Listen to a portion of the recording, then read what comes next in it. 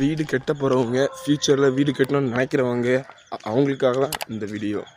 நீங்கள் இப்போ ஒரு 1 கோடி ரூபா வச்சுருக்கேன்னு வச்சுக்கோங்களேன், 50 லட்ச ரூபாய்க்கு வீடு கட்டுங்க. 50 கோடி ரூபா வச்சுருக்கேன்னு வச்சுக்கோங்களேன், 25 லட்சத்துக்கு வீடு கட்டுங்க.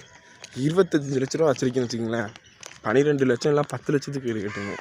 இதே 10 லட்சம் வச்சுருந்தா 5 லட்சத்துக்கு வீடு கட்டுங்க. 5 லட்சம் வச்சுட்டு நான் வீடு கட்ட போகிறேன்னு நினச்சிங்கன்னு வச்சுக்கோங்களேன், உங்களோட பெரிய முட்டாள் யாருமே கிடையாது.